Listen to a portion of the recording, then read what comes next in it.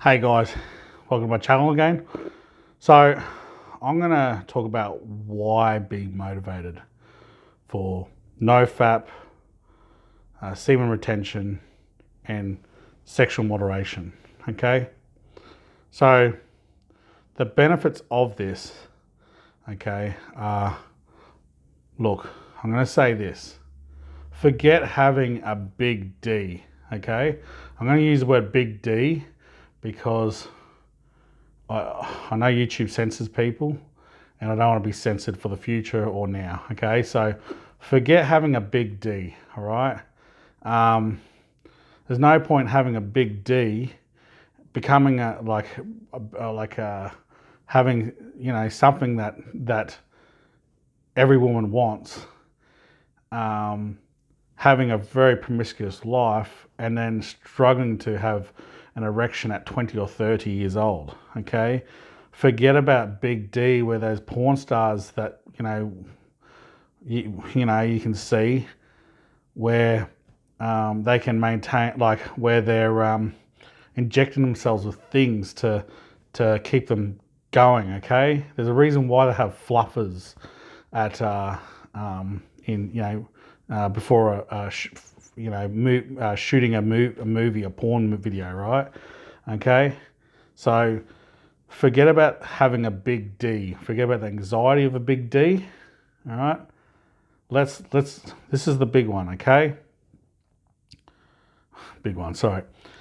Um, think of being reliable. Okay. How important it is to rise when you're with your partner or your wife. Okay. Um, uh, being able to do that throughout throughout your whole entire life, or even into your old age, is so important. Okay, being reliable makes if you can't maintain an erection, the woman gets very hurt. Okay, and feels like they're the ugly ones. Okay, so think about this: being able to be reliable is so important.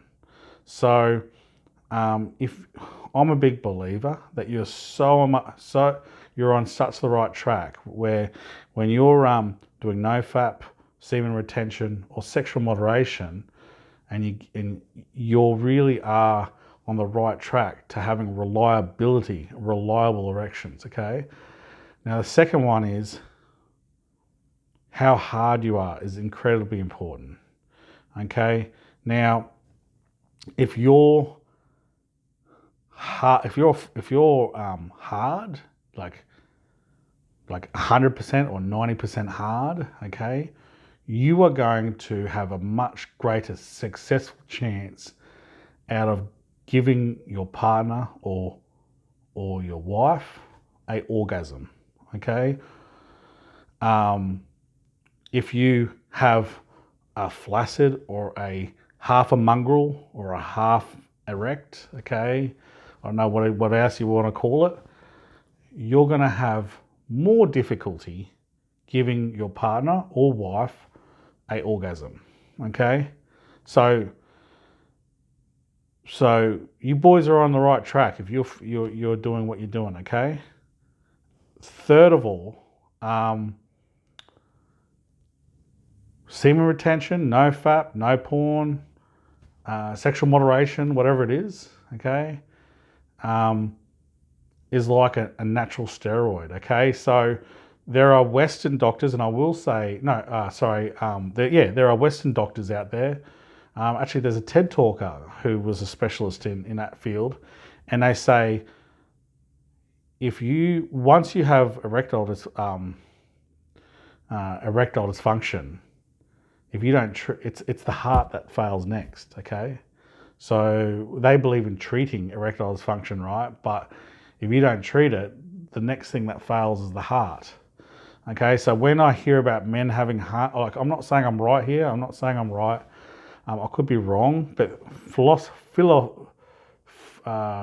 intuition, when I hear men having heart attacks, I think of maybe erectile dysfunction, okay? And in fact, if a man has a heart attack,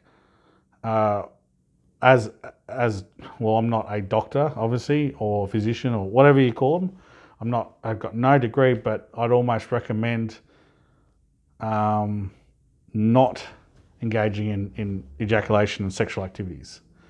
I do believe medication, such as, they say that, like I've seen studies and things like that where, things like the blue pill, I won't say the name, but the blue pill can cause heart problems, okay? So I'm a big believer that by semen retention, NoFap, sexual moderation is like a natural steroid or a natural hormone, like sort of functions like a natural steroid or a natural, like, good hormones, good, I don't have a word for it, okay? Good health, good vitality, okay? And muscle, I guess. Like I would highly recommend that if you go to the gym and you exercise, that you don't engage in sexual activity that night, okay? Things like, and please ask questions. If I miss something, let me know, okay?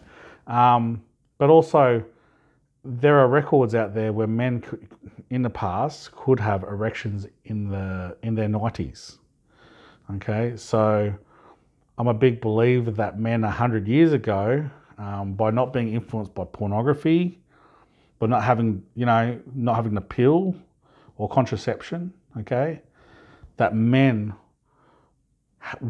and women were both very responsible whenever they engaged in the sex, okay?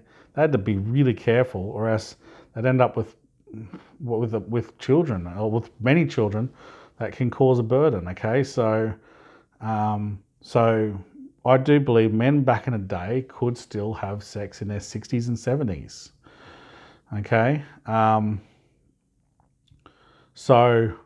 But today's men, I mean, if you want to look up on Reddit, there are men out there who struggle to have erections at 20, because they've engaged in pornography and over masturbation or overly too much ejaculation, okay?